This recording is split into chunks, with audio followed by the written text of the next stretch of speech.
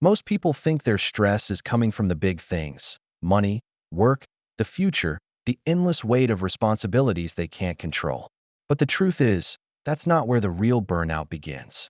The real exhaustion creeps in from something far more subtle, something you've been doing without even realizing it. You've made yourself too available. You've opened the door to everyone and everything, and now your energy is leaking into places it doesn't belong. Think about how it feels at the end of the day. You're not drained because life itself is impossible. You're drained because you've been pouring yourself into people, into problems, into tasks that were never yours to carry in the first place. You've stretched yourself so thin that even the smallest request feels heavy. And here's the part that stings: you didn't just stumble into this. You trained people to expect it. You taught them you'd always be there, always answering, always reachable, always on standby, always saying yes. At first, it might have felt good, like you were dependable, like you mattered, like you were needed. But over time, that yes became your prison. Because the more you said yes to everyone else, the more you quietly said no to yourself. And what has it cost you? Your mental clarity, gone. Your creativity, dulled. Your personal goals, buried under obligations that were never really yours. Your peace, replaced with constant noise. This is the hidden price of overavailability. And the longer you pay it, the further you drift from the life you were actually meant to live. Since we were kids, the rules were drilled into us. Be polite, don't be difficult, nod along, say yes. That single word became the badge of being good, being kind, being accepted. And so we wore it proudly. Every time someone asked for our time, our energy, our attention, we handed it over. We thought that was what made us dependable. That was what made us valuable. But here's the question no one ever asked us when they were teaching us to be agreeable. Yes to what? And yes at what cost? Because that little word, yes, doesn't just open a door for someone else. It closes one for you. Every time you say yes to something unaligned with your heart, you're silently saying no to the things that matter most: your goals, your rest, your joy, your peace. Think back over this week. How many of those quick yes slipped out of your mouth before you even thought about them? How many of those commitments filled your calendar, your inbox, your headspace, while the things that actually move you forward got pushed aside? It's sneaky, isn't it? You convince yourself it's harmless, that saying yes keeps the peace. But slowly, almost invisibly, your own life gets pushed to the background. And before long, you realize you've been living everyone else's priorities instead of your own. So pause here for a moment. Ask yourself honestly, of all the things you've agreed to recently, how many were truly worth your time? How many gave you energy instead of draining it? How many moved you closer to the life you want instead of further away? Because the truth is, those little yes are never neutral. They're an exchange. And the question is, what are you trading away every time you give one out? Have you noticed how even when you finally sit down, when you tell yourself you're taking a break, you're not really off? You're at lunch, but your hand automatically reaches for your phone, scrolling through emails you don't even need to answer yet. You go out for a walk, but instead of hearing the rhythm of your footsteps or noticing the sky above you, your brain is buzzing with unfinished conversations, half-typed replies, and the weight of messages you still owe people. You call it multitasking. You call it staying on top of things. You even convince yourself you're being productive. But pause for a second. Are you really being productive, or are you just reacting? Here's where it gets unsettling. Science shows that when you live like this, always plugged in, always half available, your nervous system never actually gets the chance to reset. Think about that. Your body doesn't know the difference between being in a meeting and being off at home if your mind is still stuck in response mode. You're tricking yourself into believing you're resting, but in reality, your system is still running at full speed, burning energy, burning focus, burning you. And the real danger? It isn't just that you're busy. People survive busy seasons all the time. The real danger is that your body, over time, forgets how to rest altogether. You lie down at night and can't turn your thoughts off. You wake up more tired than when you went to bed. Even in silence, your mind feels loud. You live in constant standby mode, like a machine that's never shut down, only dimmed, only humming quietly in the background. That's the trap of always being on. It looks like you're in control, but in truth, you've lost the ability to step back and let yourself breathe. So why do we keep doing it? Why do we keep saying yes when we're tired, keep answering when we're drained, keep showing up when every part of us wants to step back? It's not just habit. It's fear. That quiet, invisible fear that whispers in the background of every decision. Fear of being called selfish. Fear of being labeled difficult. Fear that if we stop being the one who's always there, people will forget about us, stop needing us, or worse, stop loving us. So what do? We stretch ourselves a little thinner each day. We take on burdens that don't belong to us.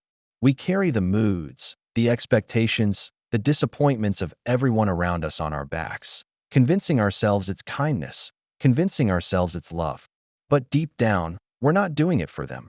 We're doing it to protect ourselves from rejection, from criticism, from the idea that if we don't hold it all together, everything will fall apart. But here's the paradox that no one talks about. The moment you finally set those weights down, the moment you stop trying to carry everyone else's emotions, you don't lose yourself, you find yourself. You realize life doesn't collapse when you step back. The people who truly care, they adjust. The people who only saw you as their lifeline, they drift. And in that space, for the first time in a long time, you're free to carry something that actually matters, your own life. Because the truth is, your shoulders were never meant to hold the whole world. They were meant to hold you steady while you build the life that belongs to you. Somewhere along the way, without even realizing it, you started tying your worth to your usefulness. It wasn't enough to just be, you felt like you had to do, to fix, to show up, to say yes. People praised you for being dependable, for being the one they could always call, the one they could always count on. And slowly, almost quietly, that praise turned into identity. You began to believe that if you weren't giving, you weren't valuable. If you weren't solving someone else's problem, you weren't enough. But pause and really think about this. Look at the people who move the world, the people who lead, the ones we secretly admire. Are they the most available? Are they the ones answering every call, responding to every message, rushing to every request? No. In fact, it's usually the opposite. They guard their time like it's treasure because it is. They understand that their energy, their focus, their presence, it's rare. And rare things are never handed out freely to everyone who asks. Their value doesn't come from how much they give away. It comes from how carefully, how intentionally, they choose where to invest themselves. When they say yes, it matters because it's not automatic. It's deliberate. It's aligned. And that's the difference. So why is it that you think you have to be endlessly accessible to prove your worth? Why do you believe your constant presence makes you valuable when the truth is, it's your scarcity, your ability to choose wisely, that makes you powerful? Your worth was never meant to be measured in how much you sacrifice. It was always meant to be measured in who you are, even when you're doing nothing at all. Here's the part nobody tells you, the part you only discover once you finally gather the courage to start saying no. Something shifts. Something you never expected. The wrong people begin to fade. The ones who only valued you for what you gave, for how quickly you responded, for how much you bent yourself to fit their needs. They disappear when the endless access dries up. At first, it feels strange. You worry maybe you did the wrong thing. Maybe you pushed too hard. Maybe you really are selfish. But then you notice something else. The right people stay. The ones who care about you for you. Not for your availability, not for your usefulness, but for your presence, your spirit, your truth. They remain. They don't guilt you when you take a step back. They don't vanish when you set boundaries. They respect them because they respect you. And in that clearing, in the quiet that comes when you stop being pulled in 1,000 directions, you finally come back to yourself. You remember what it feels like to sit in peace without needing to explain it. You remember what it's like to choose for yourself without apology. For the first time in a long time, you start living on your own terms. So the real question is this. If you stopped today, if you pulled back, if you reclaimed your time, if you stopped being endlessly available, who would still be standing beside you tomorrow? And maybe more importantly, would you finally be standing beside yourself? Boundaries have this reputation of being walls, of pushing people out, of creating distance. But in reality, they don't push people away. They reveal who was real all along. Because the ones who truly care about you, they won't disappear when you say no. They won't vanish when you stop being available at the snap of a finger. Instead, they'll respect the space you're protecting. They'll understand that your time has value, that your energy has limits, that your peace is worth keeping intact. And the others? The ones who thrived on your endless availability, who leaned on you not out of love, but out of convenience, they fade. Not because you rejected them, but because they never valued the real you in the first place.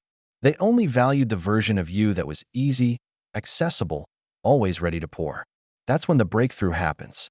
You stop saying yes to every bit of chaos, to every bit of guilt disguised as obligation, to every demand that pulls you away from yourself. And in that moment, you discover something unexpected. You become deeply available in a way you never were before. Available to your own peace. Available to your own intentions. Available to the kind of growth that only comes when your energy is finally your own. That's the shift. That's the freedom. It's not about closing yourself off from the world. It's about finally opening yourself up to the life you were meant to live. The world keeps telling you the same story. Hustle harder, give more, be everywhere, be everything. And for a while, you believe it. You believe that constant selflessness is the path to respect. That endless availability is the proof of your value. But here's the truth nobody likes to admit. Unfiltered availability isn't a strength. It's a straight road to burnout, exhaustion, and a life that feels like it belongs to everyone but you. So let me leave you with a challenge. A challenge that might sound small at first, but will change everything if you let it. Stop being available to the things that drain you. Stop handing over your peace to chaos, to guilt, to obligations that were never really yours. And instead, start being available to what grows you, to the moments of silence that restore you, to the projects that excite you, to the people who bring you energy instead of taking it. Because here's the shift. The moment you step back from everything that doesn't serve you is the exact moment you finally step into freedom. That's when you begin living not out of obligation, but out of choice. That's when you discover the life you were meant to have, the one where you don't need to apologize for protecting your time, your mind, your spirit. So let's make this real. Drop a comment right now and tell me, what are you no longer making yourself available for? I want to see it. Say it out loud. Own it. Put it into words. Because once you do, you're already taking the first step. And if this message opened your eyes, if it hit a nerve, if it made you rethink the way you've been living, hit that like button, subscribe for more breakthroughs like this, and share it with someone who needs the reminder. Because the moment you stop living on call for everyone else is the moment you finally start living unapologetically free.